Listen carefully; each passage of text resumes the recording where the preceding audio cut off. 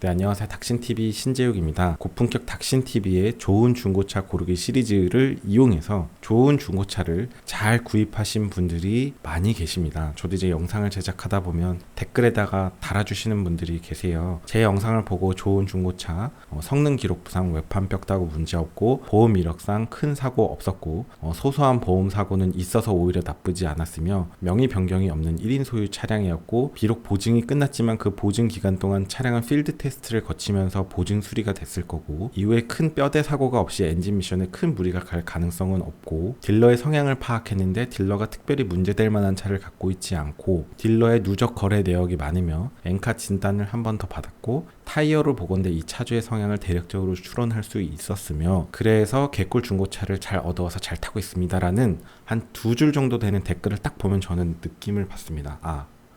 이 사람은 내 영상의 진가를 이해하고 있고 그대로 차량을 잘 구입했고 그대로 구입했다면 대체적으로 그리 큰 문제는 없겠구나. 제가 지금 정확하게 얘기하고 있는데 이렇게 구입을 해도 아예 문제가 없는 걸 담보하진 않습니다. 중고차는 항상 리스크가 있으니까요. 하지만 이렇게 구입을 했다면 그리 큰 문제는 없을 겁니다. 그리 큰 문제가 있다면 그 문제는 글쎄 그런 확률을 우리가 대비하면서 살아야 될까요? 저는 그런 생각이 들고요.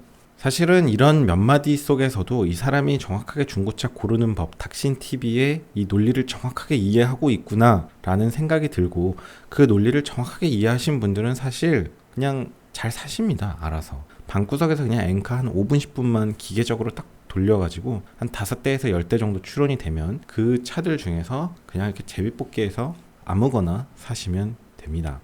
여기서 문제는 뭐냐면, 너무 논리가 이제 좀 뻔한 몇 개인 것 같고, 그 뻔한 몇 개의 논리만으로 차들이 잘 걸러지냐라고 하시는 분들이 있을 수 있고, 정말 차 안 보고 사도 되냐라고 하시는 분들이 있어서 제가 몇 가지만 간단하게 얘기를 좀 해보고자 합니다. 방구석에서 이제 이렇게 핸드폰 켜가지고 이렇게 엔카를 이렇게 딱 보는데, 이 차가 좋은 차야, 나쁜 차야, 좋은 차야, 나쁜 차야, 이렇게 걸를 때, 제가 알려드리는 이론 별거 없죠. 성능 기록 부상 뼈 따고 먹었느냐, 그 다음에 보험 이력상 큰 사고 있느냐, 그 외에 세세한 몇 가지 추론들이 있지만 그 다음에 엔카 진단상 뼈 따고 먹은 사고 있냐, 1인 소유냐, 요 정도까지만 딱 봐도 글쎄 제가 볼 때는 거의 뼈대 먹은 차량은 97% 정도는 걸러낼 수 있다고 보고 이 정도 수준에서 설령 뼈대를 살짝 먹었을 지언정 뼈대를 대파먹은 사고는 이 정도 카테고리 안에 거의 들어오지 못합니다. 그런데 제가 여기서 몇 가지 추론들을 더 드리기는 하죠. 사실 뭐 그 차량을 소유하고 있는 그 딜러의 다른 매물을 보면서 그 딜러의 성향을 본다든지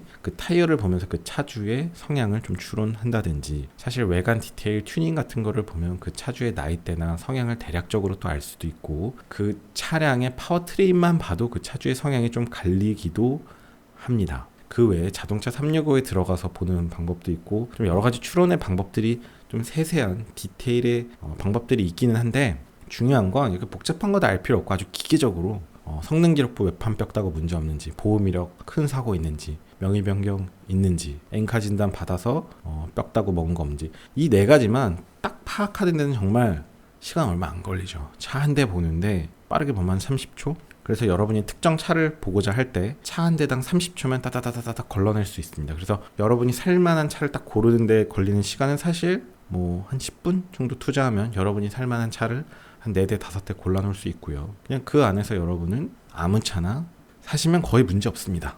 이게 바로 닥신TV의 고품격 알고리즘이고 닥신TV의 진가입니다. 왜? 우리의 ATP는 소중하니까. 그래서 사실 제 닥신TV에서 제가 몇 번 말씀드렸지만 그냥 온라인으로 이렇게 딱딱딱 고르면 되고 그렇게 고른 차를 그냥 탁송 받아서 구입해도 사실 이제 통계 내보면 그리 뭐 가서 본다고 일반인들이 더 잘 고르는 게 유의미하게 차이가 날 거라고 저는 생각하진 않습니다. 물론 그게 아주 전문가라면 얘기 조금 다를지 모르겠지만 가서 확인할 수 있는 몇 가지 디테일의 요소들이 있긴 있지만 저는 그게 중고차적 관점에서 그리 중요한 거라고 생각하진 않고요. 제가 아까 Q소파라는 걸 얘기를 말씀드렸는데 제가 당직 의사로서 병원에서 근무하다 보면 평소에 보던 분이 아니니까 누군지 모르는 사람인데 기저질환도 모르고 이 사람이 최근에 병원에서 뭘 하고 있었는지도 모르지만 뭐 39도 열이 난다 그래서 이제 노티를 받으면 환자분을 이렇게 딱 가서 보면 저는 이제 제일 중요하게 생각하는 게 요즘에 제가 좋아하는 게 Q소파라는 건데 한 20초만 딱 보면 됩니다. 내가 얻고자 하는 정보는 오직 3가지. 일단 핸드폰으로 초시계를 켜갖고 10초를 딱 카운트해요. 그래서 이렇게 봅니다. 딱 보는데 뭘 보냐면 호흡수를 봅니다.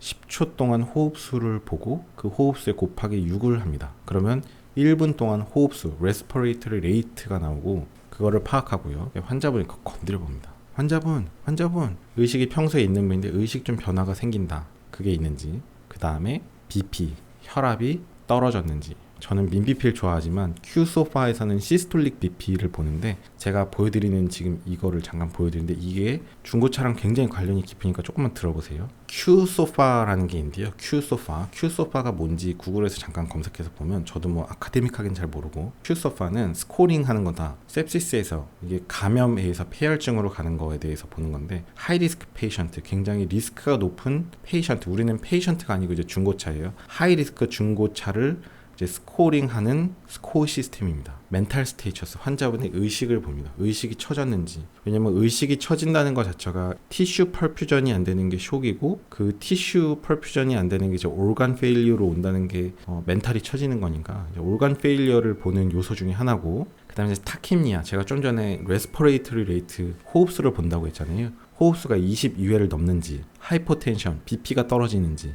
그래서 이거를 갖고 스코링을 매기는데 이 스코링에서 2개 또는 3개에 해당하면 하이 리스크 페이션트입니다. poor outcome, 굉장히 결과가 좋지 않은 하이 리스크다. 그러니까 소위 얘기해서 중고차로 치면 외판벽다구를 먹어서 이게 정말 리스크가 높은 건지, 사면 안 되는 차인지, 혹은 이 스코어를 매겼더니 거의 뭐 0이나 1 정도예요. 그러면은 not high risk, 지금 별로 리스크 높지 않다. 이 자동차가 외판벽다구 문제인지 하이 리스크인지 혹은 외판 뼈다구가 문제가 없어서 로우 리스크인지를 간단하게 보기 위한 우리가 매기는 그 중고차 엔카에서 스코링하는 거랑 대단히 비슷하죠. 심지어 여기서 더 놀라운 건 뭐냐면 이게 사람이 환자분이 이게 굉장히 하이 리스크인지 로우 리스크인지를 판단하는 이런 방법조차도 대단히 자세한 아주 전문적인 검사들이 필요가 없다는 게 이 큐소파 스코어의 진가입니다. 무슨 막 CT를 찍어야 되는 것도 아니고 머리 뭐 MRI를 찍어야 되는 것도 아니에요. 심지어는 피 검사도 안 해요. CRP, 락테이트, 프로칼시토닌, 프리셉신, CBC, 류코사이토시스, 스럼보사이토페니아, 뉴트로페니아 아무것도 안 봅니다. 가서 20초만 보면 되죠.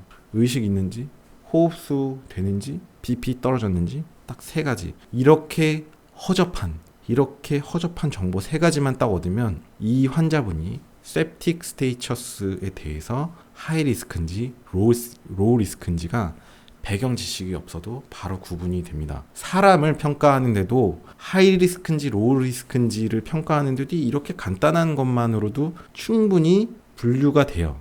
물론 자세하게 분류를 들어가고 더 워크업 하려면 더 많은 정보가 필요하지만 그거는 이제 나중의 문제입니다. 이게 바로 닥신TV의 좋은 중고차 고르는 알고리즘이랑 대단히 비슷하죠. 그냥 엔카 딱 열고선 성능 기록부 봤더니 뭐 외판 벽다고 문제 없고, 그 다음에 보험 이력 열어봤더니 뭐 대파 사고 같은 건 없는 것 같은데 뭐 50만원, 100만원, 뭐 200만원 이 정도 사고는 뭐 그냥 간단한 외판 수준의 사고니까 상관없고, 명의 변경 봤더니 없고, 그 다음에 엔카 진단 받았는데 뼈대 먹은 사고 한 번도 없고, 뭐 명의 변경 없어서 이 차는 1인 소유 차량 이 정도 보는데 30초면 되죠. 그거면 그 차는 그냥 로우 리스크로 가는 거예요. 이렇게 간단한 방법으로 그냥 방구석에서 ATP 한 10개 정도만 딱 쓰면서 봐도 뼈대를 먹은 차량은 이 안에 들어오지 못해요, 이미.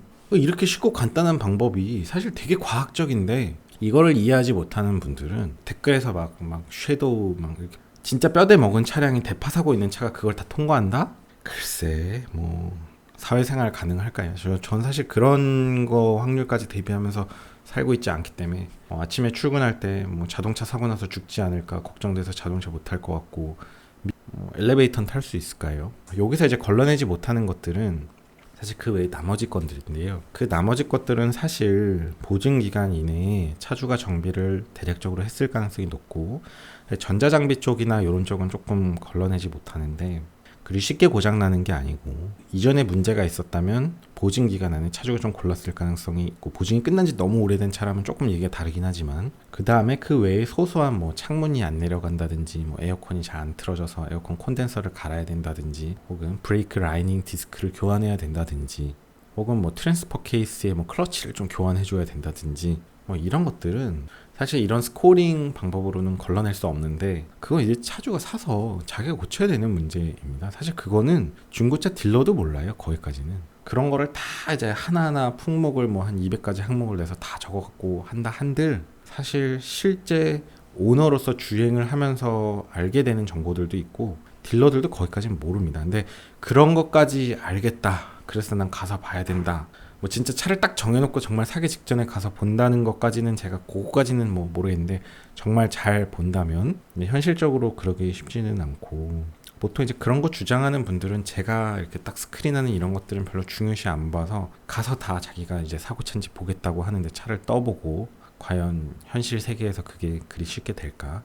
그래서 제 영상의 진가를 아시는 분들은 사실은 어떤 마인드냐 추론 막 이거저거 깊은 추론 필요 없고요. 그 깊은 추론은 이제 재미삼아 하는 정도고 성능 기록부, 보호 이력, 명의 변경, 엔카 진단 그 정도만 봐도 그 다음에 사실 의외로 중요한 게 그 중고차 딜러의 갖고 있는 다른 매물을 보면서 그 딜러의 성향 그 정도 파악하면 이미 전문가 딜러가 한 번 걸러준 거 효과까지 있기 때문에 사설 엔카에서 한 번 더 걸러줬고 이거를 다 통과하는 사고차가 있다? 차는 때려 박지만 않으면 나머지는 다 고칠 수 있는 정비 내역. 그냥 나는 그 구조물 사오고 내가 이제 고치겠다. 뭐 문제 있으면 내가 고치면 되지. 그 문제도 없는 차를 사겠다? 쉽지 않을걸요. 그거는 그냥 문제가 있는 차를 난 살 거고 그 문제는 내가 고치면서 타겠다는 마인드.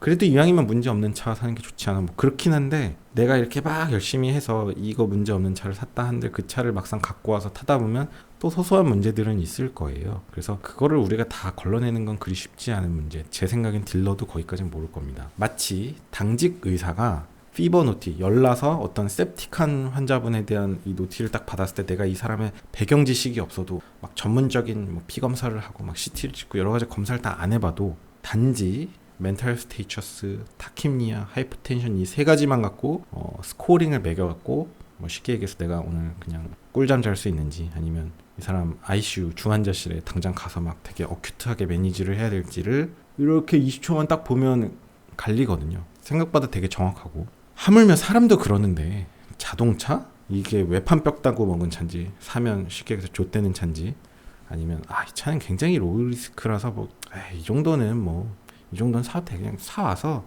내가 알아서 고칠게 나머지는 그 정도인지. 지금 제가 하는 이 말을 이해하신 분은 닥신TV의 이 고품격 진가를 이해하시는 분이고요. 제 영상의 진가를 이해하신 분만 제 영상을 좀 보셨으면 좋겠습니다.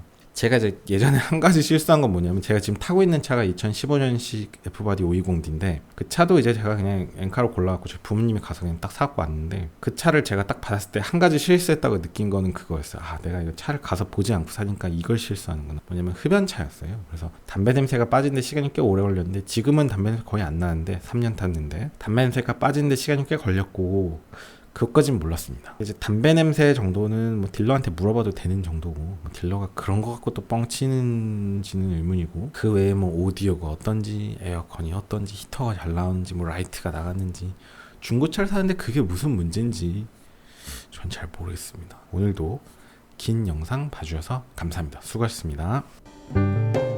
고속도로 내 앞지르기 차로 계속 주행은 단속 대상입니다. 주행차로로 내려와 주세요.